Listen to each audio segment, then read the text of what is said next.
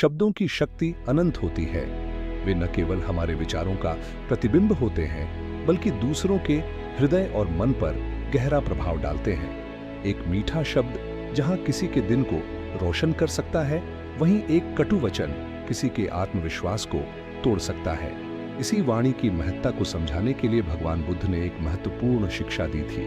बोलने से पहले अपने शब्दों को 3 दरवाजों से गुजारो।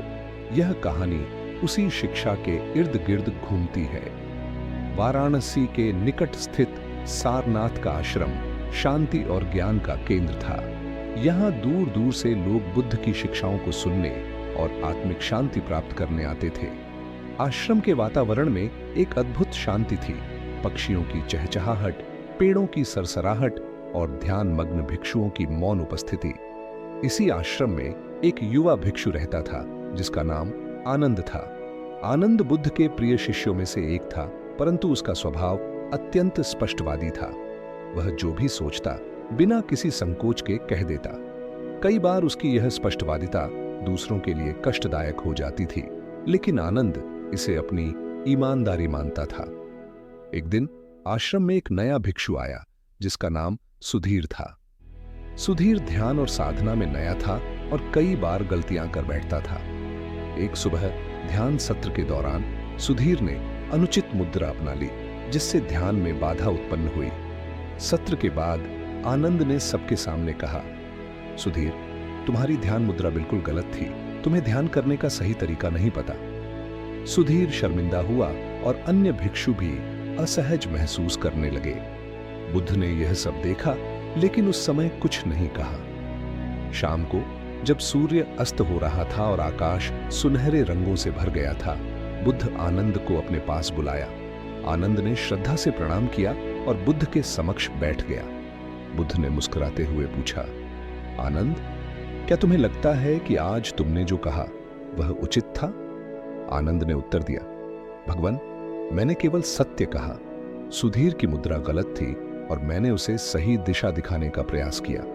बुद्ध ने धीरे से कहा, आनंद, सत्य कहना महत्वपूर्ण है, लेकिन उससे भी अधिक महत्वपूर्ण है कि वह सत्य कैसे और कब कहा जाए। क्या तुमने कभी अपनी वाणी को 3 दरवाजों से गुजारने का प्रयास किया है? आनंद ने आश्चर्य से पूछा, 3 दरवाजे? कृपया समझाइए भगवान।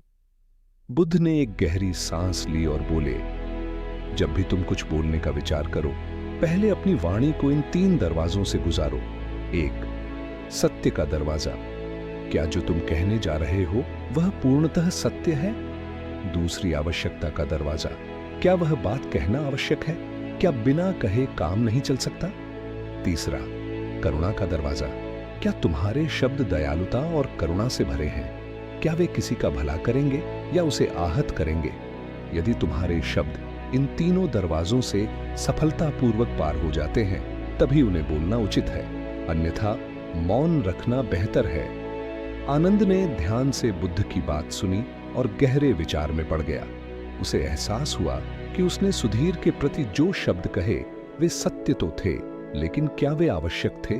और सबसे महत्वपूर्ण, क्या वे करुणा से भरे थे? शायद नहीं। उसने सुधीर को सबके सामने टोककर उसे शर्मिंदा किया, जो उसकी आत्मा को ठेस पहुंचा सकता था। उस रात आनंद सो नहीं सका। वह अपने अतीत के व्यवहारों के बारे में सोचता रहा और महसूस किया कि कई बार उसकी स्पष्टवादिता ने दूसरों को आहत किया है। उसने निश्चय किया कि आगे से वह अपनी वाणी को इन 3 दरवाजों से परख कर ही बोलेगा। अगली सुबह आनंद ने सुधीर को एकांत में बुलाया। उसने विनम्रता से कहा, सुधीर, कल मैंने तुम्हें सबके सामने जो कहा उससे यदि तुम्हें कष्ट पहुंचा हो तो मैं क्षमा चाहता हूं। मेरा उद्देश्य तुम्हें मार्गदर्शन देना था, लेकिन तरीका गलत था।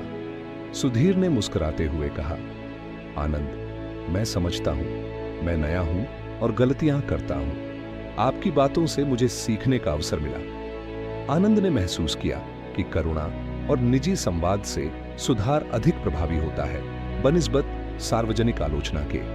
आनंद ने अपनी वाणी में परिवर्तन लाना शुरू किया। वह बोलने से पहले 3 दरवाजों की परख करता। धीरे धीरे अन्य भिक्षु भी उसकी इस आदत से प्रेरित हुए और आश्रम का वातावरण और भी सौहार्दपूर्ण हो गया। विवाद कम हुए, आपसी समझ बढ़ी और सभी में एक दूसरे के प्रति सम्मान और करुणा की भावना विकसित हुई। समय के साथ आनंद ने बुद्ध की इस शिक्षा को आश्रम के बाहर भी फैलाना शुरू किया। गांवों में जाकर वह लोगों को वाणी की शक्ति और 3 दरवाजों की परख के बारे में बताता। वह लोगों को यह समझाने लगा कि शब्द केवल हवा में खो जाने वाली ध्वनि नहीं है, वे बीज हैं जो किसी के हृदय में या तो फूल बन सकते हैं या कांटे। लोग ध्यान से सुनते और अपने जीवन में इसे अपनाने का प्रयास करते। एक बार एक छोटे से गांव में आनंद ने प्रवचन के बाद लोगों से पूछा, आपके घर में सबसे अधिक कलह कब होता है? लोगों ने उत्तर दिया, जब हम बिना सोचे गुस्से में कुछ कह देते हैं। तब आनंद मुस्कुराया और बोला, तो समस्या शब्दों की नहीं, समस्या है विचारहीनता की। शब्द तो तभी खिलते हैं जब वे सत्य, आवश्यक और करुणा से भरे हों। उसके प्रवचन सुनने के बाद कई परिवारों में बदलाव आना शुरू हुआ। एक दिन एक वृद्ध महिला आनंद के पास आई और बोली, भिक्षु जी, आपके द्वारा सिखाए गए 3 दरवाजों की परख से मेरे परिवार में शांति आ गई है।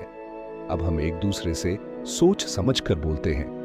मेरे बेटे पहले बात बात पर लड़ते थे, लेकिन अब वे मौन रहना सीख रहे हैं। अब हमारी रसोई में केवल खाना नहीं पकता, बल्कि शब्द भी तपते हैं और मीठे बनकर निकलते हैं। आनंद की आंखें नम हो गईं। उसे अनुभव हुआ कि बुद्ध के मौन में छिपी शिक्षा अब केवल आश्रम तक सीमित नहीं रही, बल्कि वह अब हृदयों को छू रही है। वाणी की वह ज्वाला जो पहले झुलसाती थी, अब प्रकाश दे रही थी। कुछ वर्षों बाद बुद्ध के शरीर त्यागने के पश्चात आनंद अब उनके सबसे वरिष्ठ शिष्य बन चुके थे।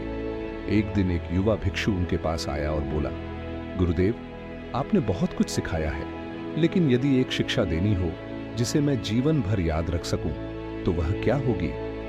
आनंद कुछ क्षण मौन रहे और फिर बोले, वाणी को 3 दरवाजों से गुजारो। पहला सत्य, दूसरा आवश्यकता, तीसरा करुणा। अगर तीनों में से किसी एक का उत्तर नहीं है तो मौन रहो, क्योंकि मौन कभी किसी को घायल नहीं करता, लेकिन शब्द जब विचारहीन होते हैं तो वे तलवार बन जाते हैं। उस युवा भिक्षु ने सिर झुकाया और उस दिन से वह पहले मौन और फिर शब्द को अपनाने लगा। समय बीता और ये शिक्षा पीढ़ी दर पीढ़ी आगे बढ़ती गई। आज भी यदि हम अपनी वाणी को 3 दरवाजों से गुजारें तो शायद इस संसार में बहुत सी बहसें, बहुत से झगड़े, बहुत सी कटुता समाप्त हो जाए, क्योंकि बुद्ध ने कहा था, मीठे शब्द भी एक सेवा है और मौन वो तो आत्मा की पूजा है। क्या आप अपनी वाणी को सत्य, आवश्यकता और करुणा से भरकर बोलते हैं, या बस बोलते हैं क्योंकि शब्द पास है? कभी मौन होकर इन 3 दरवाजों पर खड़े रहिए, आपको वाणी का असली अर्थ समझ आएगा। अगर यह ज्ञान आपके हृदय को छू गया हो तो प्रेम और शांति फैलाने के लिए लाइक करें, सब्सक्राइब करें और हमारे साथ इस आध्यात्मिक यात्रा में जुड़े रहें।